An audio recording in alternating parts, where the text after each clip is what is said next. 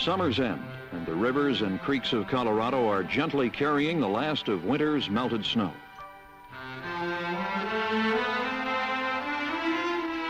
In the high country, cool days and nights proclaim the arrival of autumn. For a great many Colorado citizens, be they from the mountains, foothills, or plains, the coming Sundays of autumn will be a special time of year, where they will stage the excitement of professional football. Throughout the state, a season within a season is anxiously awaited, and the Denver Broncos set out to challenge the NFL.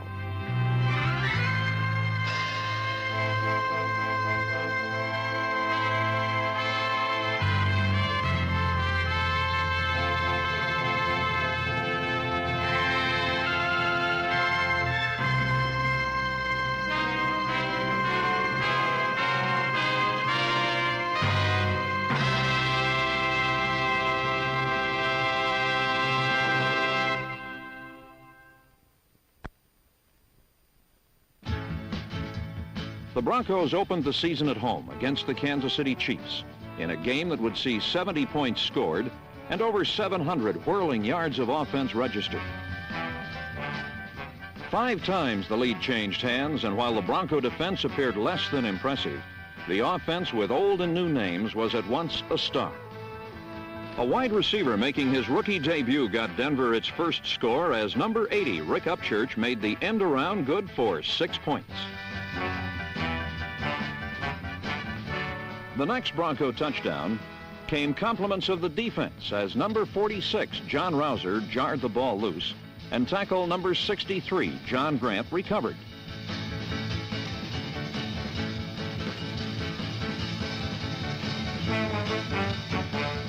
Quarterback Charlie Johnson was quick to take advantage of the opportunity, and soon yet another Bronco newcomer, number 82, Jack Dolbin, was touchdown bound. Charlie Johnson was just loosening up, however, as his next touchdown connection went way downrange to Rick Upchurch and covered 90 yards.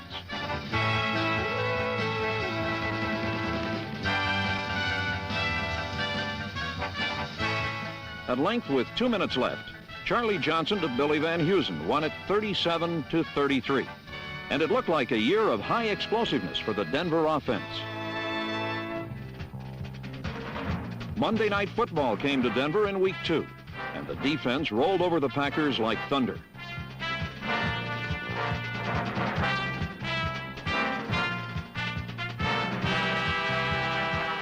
After holding Green Bay scoreless for 3 quarters, Bronco defenders hounded John Hadel into a costly interception.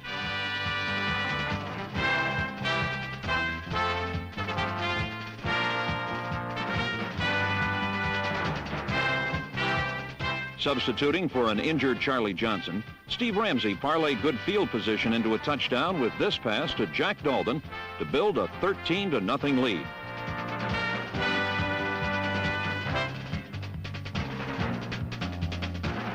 But in the fourth quarter, a 2-touchdown surge by Green Bay threatened to steal victory away from Denver.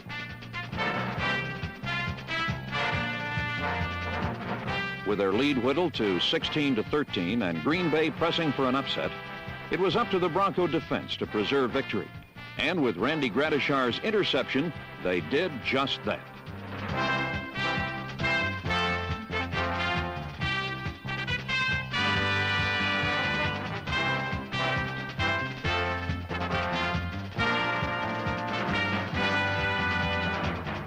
At game's end, the defense had won 23-16.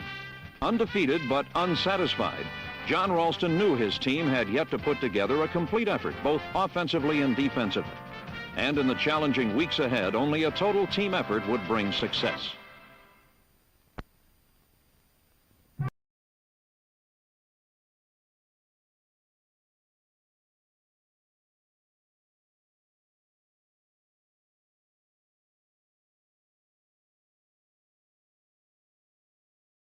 And at game's end stood dazed with their first league loss.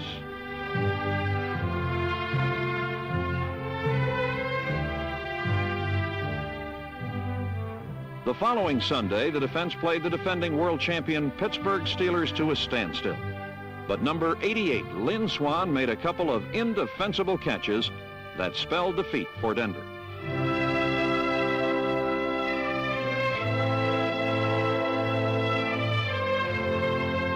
But the worst of the Pittsburgh game could not be found in the one lost column.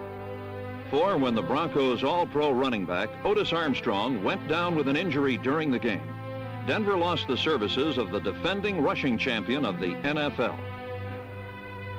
In 1974, Otis Armstrong had rushed for over 1,400 yards and was to be a vital force in the Broncos' plans for 75.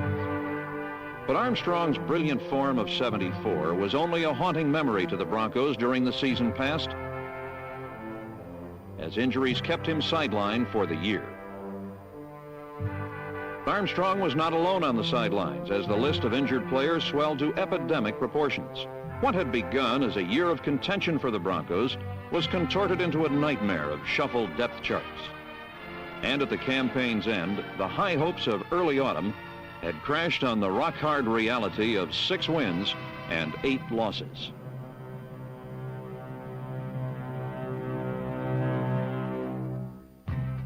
In a season only speckled with success, the beacon of Bronco pride was a defense that asserted itself as the cutting edge of Bronco respectability. Immensely respected was number 77, Lyle Alzado, who was Denver's defensive MVP in 75 and the only lineman to complete 14 games. Alzado's specialty was rushing the passer, and in 1975, he was forever doing wind sprints into opponents' pass pockets.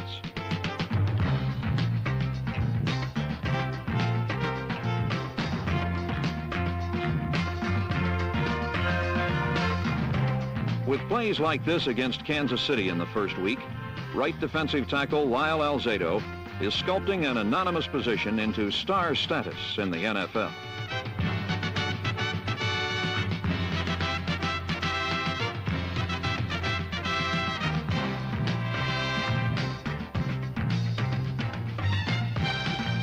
At the opposite tackle, number 70, Paul Smith, is another defender whose performance level is rated near the top of the game. In 1975, Smith returned from an Achilles tendon operation with negligible loss of strength or quickness.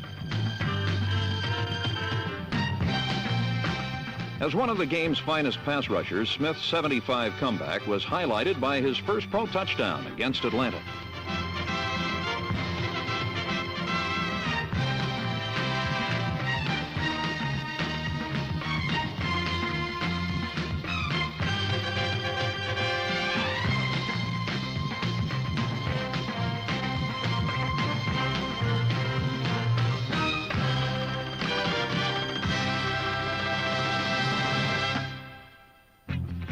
Number 68, Reuben Carter, was a 5th draft choice who played every position in the defensive front as a rookie and played them all aggressively.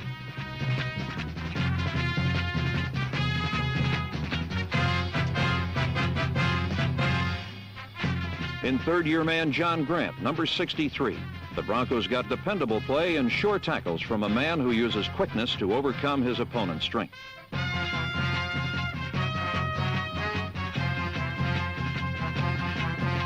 One of the most promising of Denver's stable of fine down linemen is number 79, Barney Chavis, who despite missing 5 games had an exceptional year stopping the run.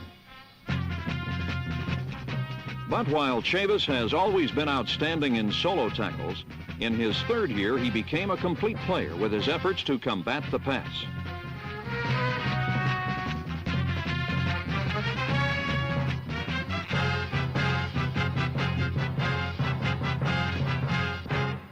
Harassment in the passing pocket carried over into the secondary, where men like number 46, John Rouser, disrupted opponents' passes with both finesse and intimidation.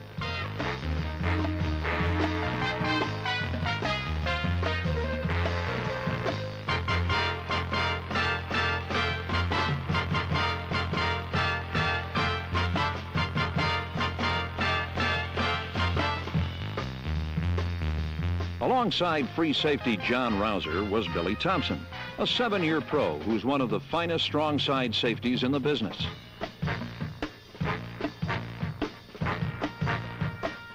At 6'1", 200 pounds, Thompson carries a lot of clout on the tackling end of his trade, and yet against the pass, he has the speed and agility to make the big play.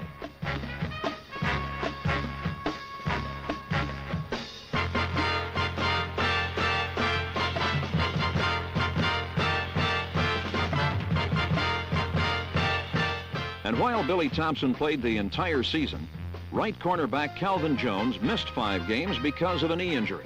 Nevertheless, at season's end, the 5'7" defender was back to peak form.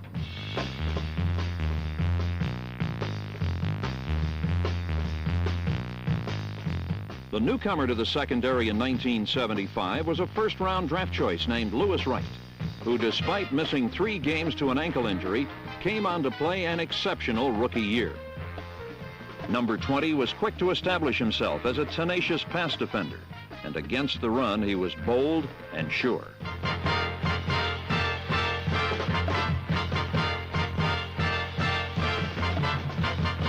In 1976, Louis Wright will be looking to duplicate the spectacular success of John Ralston's previous number 1 draft picks, Riley Odoms, Otis Armstrong, and Randy Gradishar.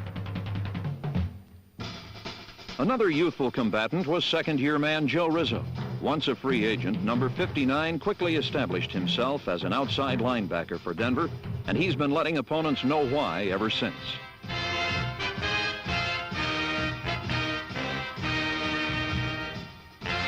Tom Jackson was another young and ferociously aggressive linebacker for the Broncos in '75.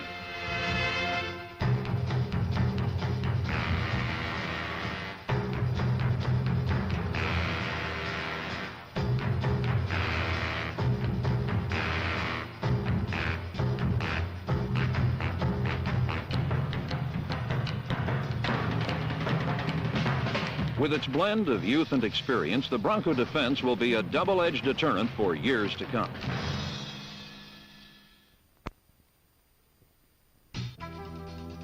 On a frigid and ice-tinged afternoon in December, the fans came out to see Floyd Little play his final home game as a Denver Bronco. Floyd's pro career had begun 9 years previously as the first number 1 draft choice ever signed by the Broncos. Number 44 had come to the franchise back in 1967 after 3 All-American seasons at Syracuse. And from the time he arrived, Denver has been his home. Little left an indelible mark on the record books, but more importantly for those who had followed his career, number 44 left unforgettable memories of a fabulously gifted athlete.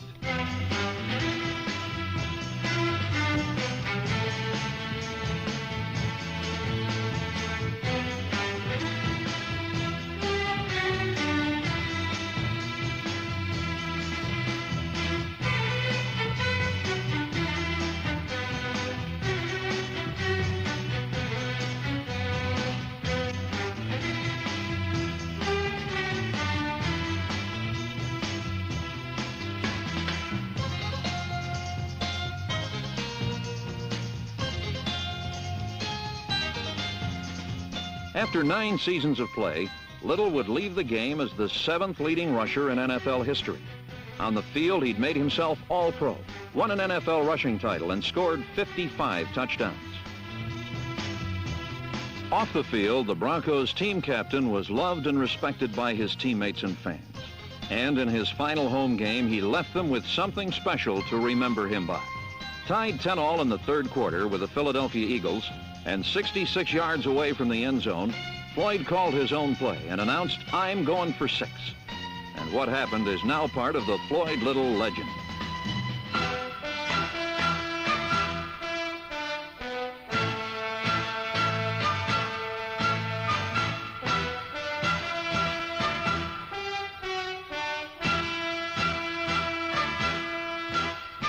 Inspired by his run, the Broncos went on to defeat the Eagles, and Floyd Little wound up the day with 2 touchdowns and 163 yards of combined offense. At game's end, number 44 had just 1 honor left to receive, and that will be induction into the Hall of Fame.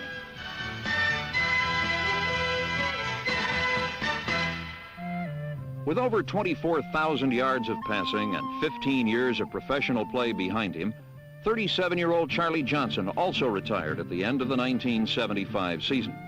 For For the past 4 years, Johnson has been the man under center for the Broncos, and during that time, his poise and accurate passing have helped Denver to its 2 winning seasons. With both Johnson and Little gone, the Broncos will be entering a new era of play. And the man most likely to fill the breach at quarterback is tried and tested Steve Ramsey, number 10. As the starter for 7 games in 1975, Ramsey showed he had the accuracy needed for a successful NFL quarterback as he completed 55% of his passes.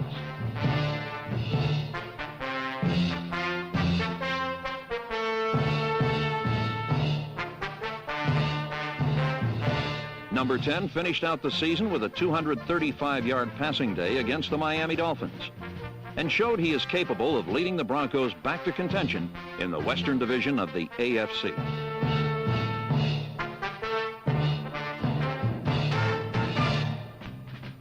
The normally solid offensive line was an orthopedic nightmare in '75 as 3 broken legs and knee surgery decimated the ranks. One man stood above all others as a symbol of competitiveness, however, and that was center Bobby Maples. Number 50 put the ball in play on every down for 14 weeks, and his toughness earned him the offensive MVP award. With the offensive line back in shape for '76, Otis Armstrong will be putting a season of frustration behind him as he returns to the form that makes him one of pro football's most exciting runners.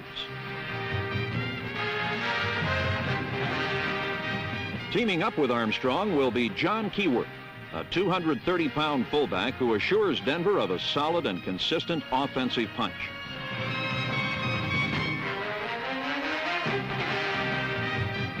In just his second year, Keyworth led the club in receptions with 42 and gouged out 725 rushing yards.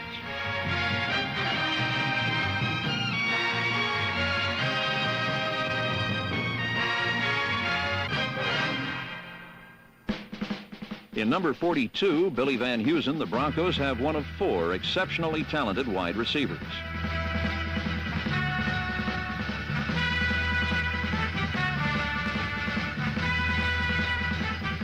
As one of the best pure athletes on the team, Van Heusen doubles as a punter for the Broncos and is rated one of the most accurate kickers in the league. Newcomer Jack Dolbin came to the Broncos by way of the Pottstown Firebirds and Chicago Fire. But there's nothing minor league about his ability.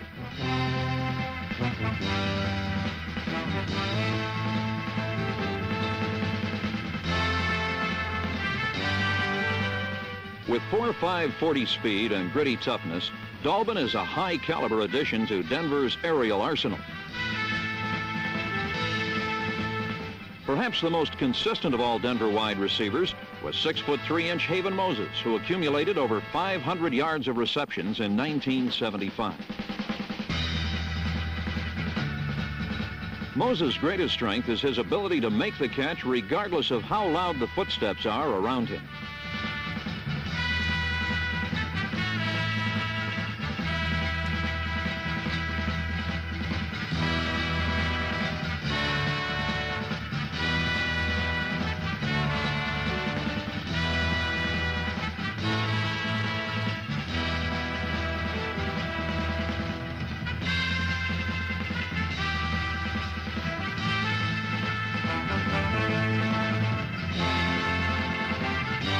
At tight end, the Broncos have Riley Odoms, a 4th-year man who's quite simply known as the best there is in the game. At 6'4", 230 pounds, Odoms is a 3-year All-Pro who can block, catch, and run, and represents a fearsome sight to opposing cornerbacks.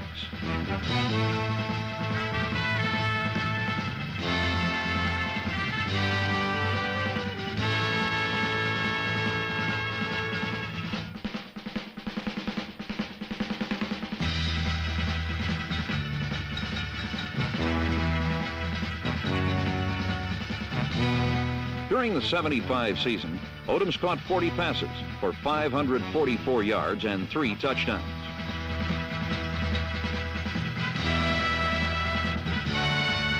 With its wide diversity, the receiving core of the Broncos will be a multi-headed threat to all future opponents. Regardless of how pressured the situation, place kicker Jim Turner is the Broncos' ace in the hole. Against Cleveland and 53 yards away from victory, Jim Turner made the longest kick of his life on the last play of the game.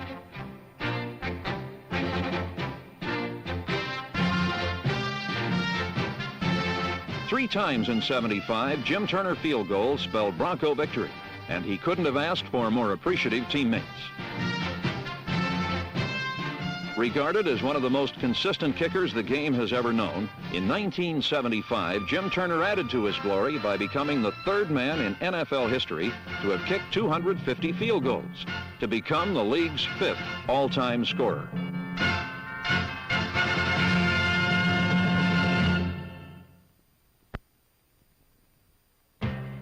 In 1976, a young Denver team will take the field to assert itself in the NFL.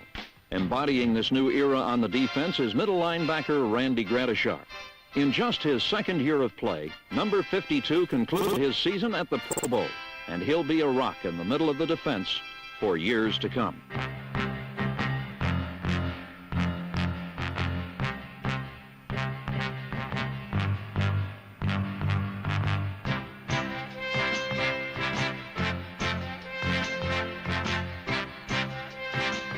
While hard-hitting and hustle will be a symbol of the Broncos' busting defense, speed and high performance will be the staples of the offense.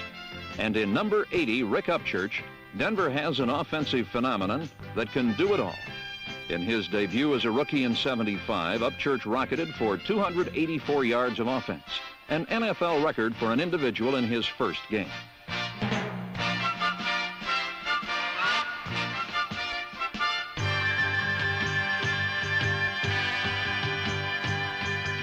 There was no fluke involved in Upchurch's performance, however, for at season's end as a rusher, receiver, punt, and kickoff returner, number 80 ranked third in the entire NFL with over 1,900 yards of combined offense.